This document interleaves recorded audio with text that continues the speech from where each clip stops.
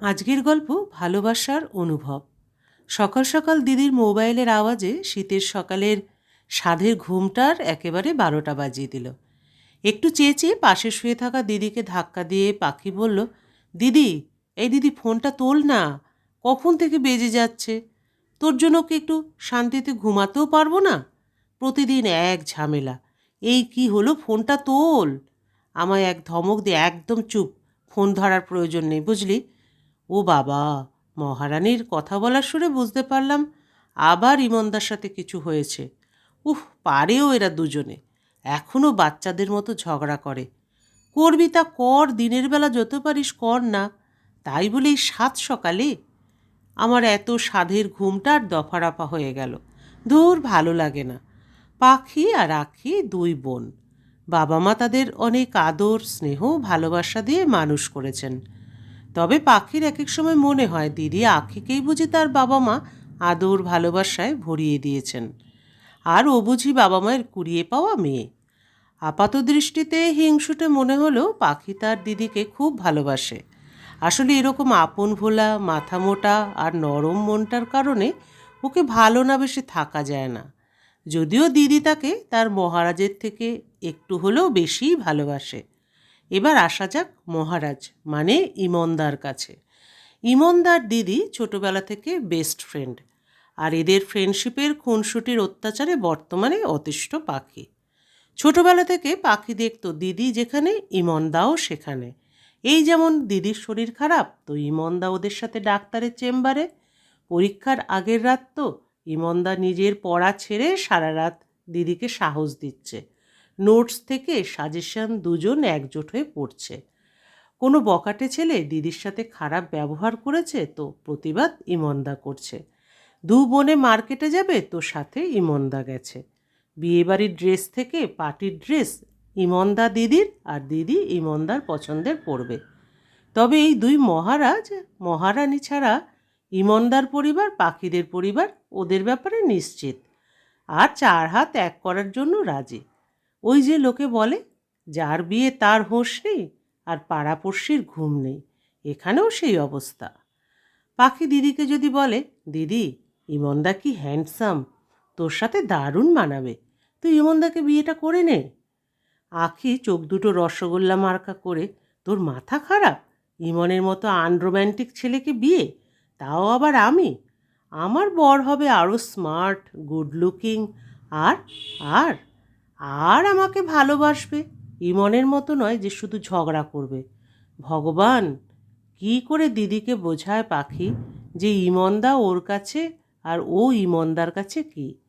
দিদির সব অবাস্তব অবান্তর চিন্তাধারা যখন প্রকাশ করে, তখন ধৈর্য ধরে মুখ টান টান উত্তেজনা নিয়ে শোনা, এই বিষয়টি পাখির কাছে ধৈর্যের সবচেয়ে বড় পরীক্ষা। এ বিষয়ে ইমনদার জুড়ি এ পর্যন্ত মেলেনি, যে জন্যই বোধ হয় ইমনদা ছাড়া দিদির না আছে ছেলে বন্ধু, না মেয়ে বান্ধবী। আর এই দিদি বলে কি না ইমনদার থেকে বেশি কেউ ওকে ভালোবাসবে? হতেই পারে না। কিন্তু বুঝবে কবে সে কথা আঁখি। ছোট ছোট ঝগড়া এদের নিত্য রুটিন, যা না করলে বোধহয় পেটের ভাত হজম হয় না। তাই বেশ বিরক্ত হয়েই পাখি বলল, ফোন ধরবি না? তাহলে আমাকে দে, আমি বলে দিই তুই খুব রেগে আছিস। আঁখি রেগে একদম লাল হয়ে বলে, একদম পাকামো করবি না পাখি, এক চড় দিয়ে আগে তোর দাঁত ভেঙে ফেলবো। ওরে বাবা, এ কি ভয়ঙ্করী রূপ দিদির! বুঝলো ব্যাপার একটু বেশিই জটিল। কিছুক্ষণ পরই ইমনের নাম্বার পাখির ফোনে ভেসে উঠল। ফোনটা রিসিভ করে ব্যালকনিতে গিয়ে ঘটনা কি জানতে চাইল পাখি। ইমনদা, কি ব্যাপার গো, আজ আবার দিদির মেজাজ সপ্তমে কেন? ইমন বলে, তুইও জানতে চাইছিস পাখি? আমি তো ভাবলাম তুই জানিস। কি বলো, তুমিও জানো না? তবে একটু দাঁড়াও, সব খবর বের করছি। জানোই তো টেকনিকটা। হ্যাঁ, তোর হাতের মিল্কশেক? তাহলে ওয়েট জাস্ট ফিউ মিনিটস, ওকে, আমি একটু পর ফোন করছি। পাখি রুমে ঢুকতেই আঁখি জিজ্ঞাসা করলো, ওই ইডিয়েটটা ফোন করেছিল না? কথাটা ঘোরাতে মাথাটা চেপে ধরে পাখি বলে, দেখ, সকালে তোর ফোনের শব্দ ঘুম ভেঙেছে, তাই মাথাটা প্রচণ্ড ধরে আছে। এক গ্লাস হট মিল্কশেক বানিয়ে নিয়ে খেতে খেতে কথা বলছি। আমার জন্যও আনবি?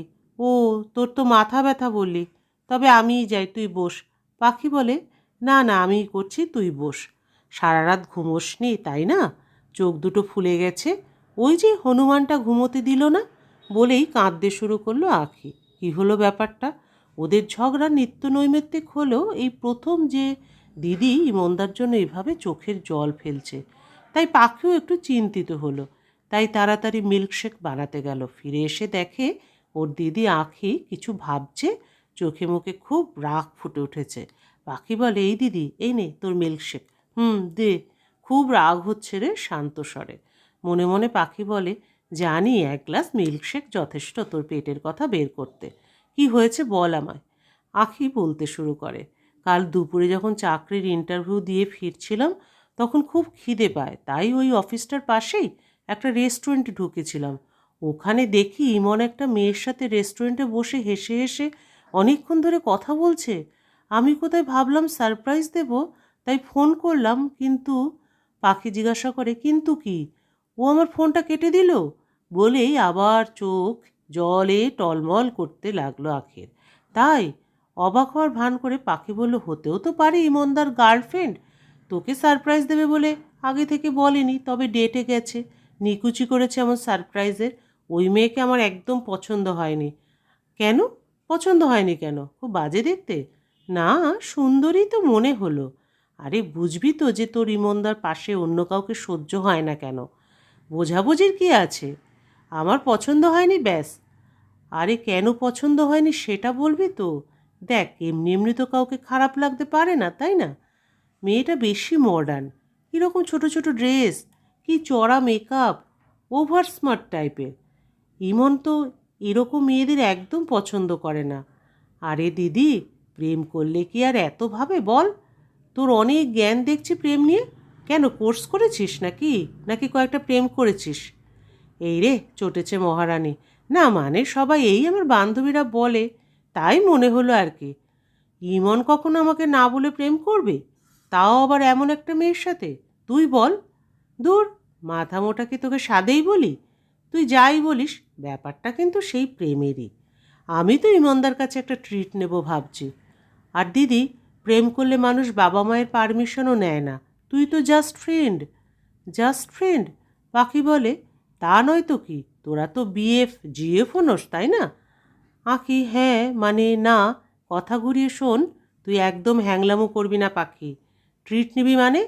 আর কিসের প্রেম? হ্যাঁ, একবার সামনে পাই ওকে, সব প্রেম ঘানিতে ফেলে বের করে নেব। আমি না হয় ওর প্রেমিকা নাই হলাম, তাই বলে ও একটা মেয়ের জন্য আমায় এভাবে ইগনোর করবে? করুক, তাহলে আমিও বোঝাবো আমি কে। পাখির ফোন বেজে উঠল ইমনের। আখির বড় বড় রাগী চোখ আবার। ভয় ব্যালকনিতে গিয়ে ফোন রিসিভ করতেই, হ্যালো পাখি। হ্যাঁ ইমনদা, বলো। ইমন বলে, কিছু জানতে পারলি? হ্যাঁ, জটিল কেস। কি হয়েছে? তুমি কাল কোনো মেয়ের সাথে রেস্টুরেন্টে গিয়েছিলে? ইমন বলে, হ্যাঁ, বিজনেস ডিল ছিল মিস বর্মনের সাথে। কিন্তু কেন বলতো? পাখি বলে, দিদি দেখেছে, আর ও ভেবেছে তোমার গার্লফ্রেন্ডের সাথে ডেটে গিয়েছো ওকে না জানিয়ে। তাই অসম্ভব রেগে আছে, সমানে কাঁদছে। কাঁদছে? কাঁদছে মানে? মনে হয় সারা রাত কেঁদেছে, চোখ ফুলে রক্ত জবা হয়ে আছে। কি যে করে না মেয়েটা। আমি এক্ষুনি যাচ্ছি। দাঁড়া, নিজে আবোল তাবোল ভাববে আর আমাকেও টেনশন দেবে। বন্ধুরা, গল্পটির শেষ অংশ পরবর্তী ভিডিওতে।